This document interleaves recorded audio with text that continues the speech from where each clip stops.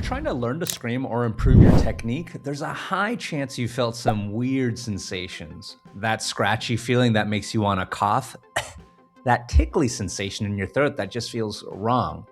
I used to stop immediately whenever I felt this, and I'd become paranoid that I was doing permanent damage to my voice, especially if I kept practicing with that feeling. And when it stopped me, it completely interrupted my practice routine, my consistency died, my momentum slowed down, and eventually I'd give up, thinking, hey, maybe screaming just isn't for me.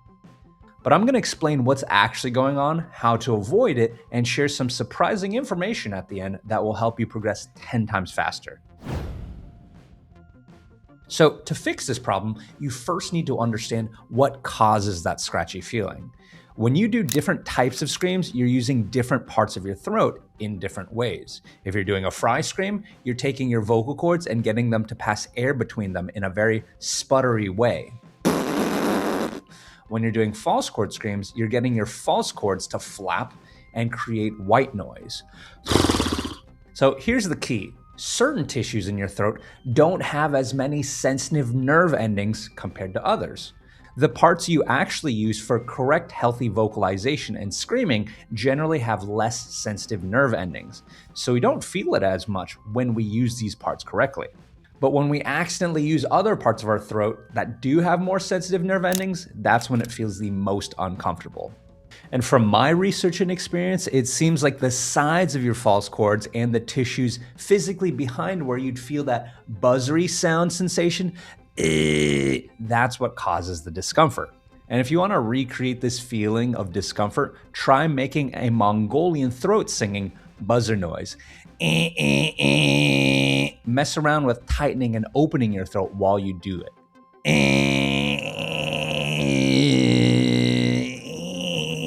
And you'll probably feel exactly what I'm talking about. And that's when most people report that scratchy tickly feeling. So here's the big picture. We need to use the right parts of your throat while excluding the wrong parts. That's all it pretty much takes to remove that scratchy feeling. So I'm gonna cover what makes you lean into the discomfort so you know what to avoid. Then I'll cover what makes you lean away from it so you know what to do. So the main thing you want to avoid is being barely open while you're screaming. Let me explain this spectrum. So if you're super open, things feel fine because the airflow stimulates the bigger tissues, like your false cords, that are actually meant for screaming and vocalizing. And it could sound like this.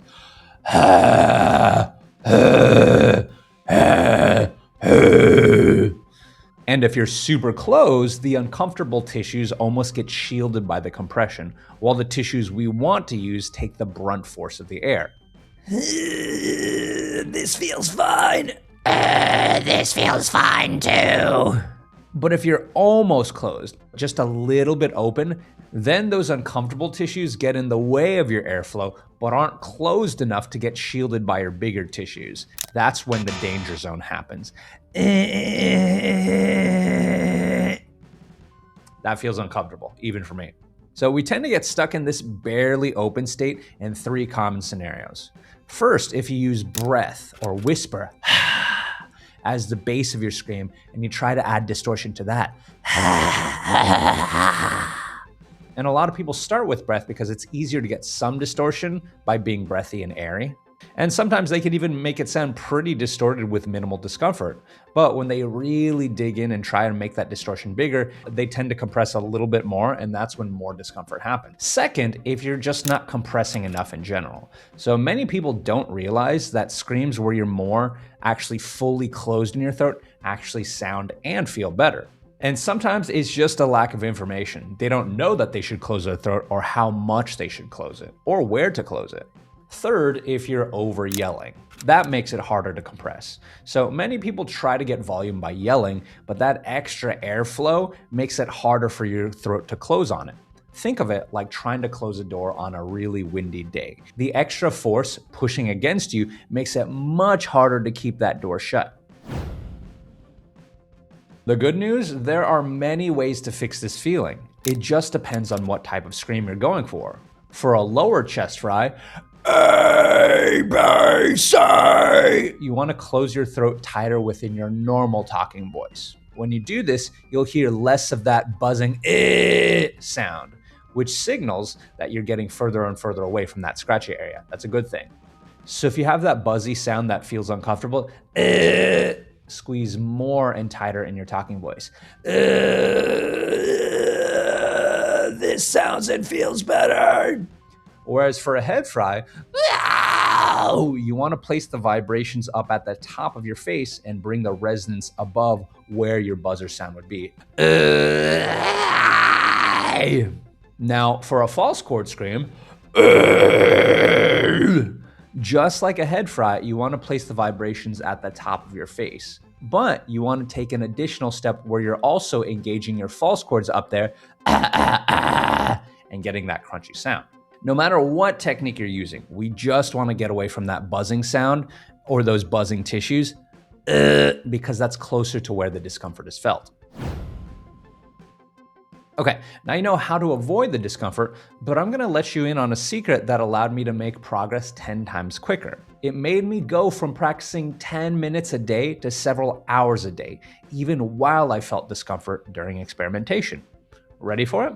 Well, what if I told you that even if you feel that uncomfortable sensation, it's not actually causing damage? Remember, discomfort is often just a signal sent from parts of your throat with more sensitive tissues. But our vocal cords, the things we actually want to protect, don't have as many sensitive nerve endings. The only thing you really want to avoid is yelling using your regular voice. You know what I'm talking about, like when you've been to a concert and you got to talk to your friend over loud music, that type of yelling. So as long as you don't do that, you can actually get away with a lot. But even if you do occasionally yell like that, our voices are pretty resilient. If you blow out your voice from going to a concert, it typically heals on its own. Here's an analogy. Many people are scared of plane crashes, but they don't know that engines are designed so the plane can fly with just one engine out. And critical systems on planes also have multiple backups. Also, airline pilots train specifically for failure scenarios, not just perfect conditions. So after learning that, does that feel maybe a little less scary, the idea of getting on a plane? If so, that's a reminder that fear exists in the unknown. The more we understand about our fears, the more we realize it's actually not that scary. Understanding what's happening in your throat is the same thing. Once you know what causes that feeling and that it's not damaging you, the fear disappears and you can actually practice consistently. Now that you feel less worried about discomfort, the next step is pulling off the correct techniques so you can create cool screams. I made a free training that goes way deeper into the anatomy and technique of proper screaming. And if you want to get in touch with me about personalized coaching to help you overcome your mental and technical barriers to unlock your scream, you can access all of that for free by clicking the link in the description. Yeah!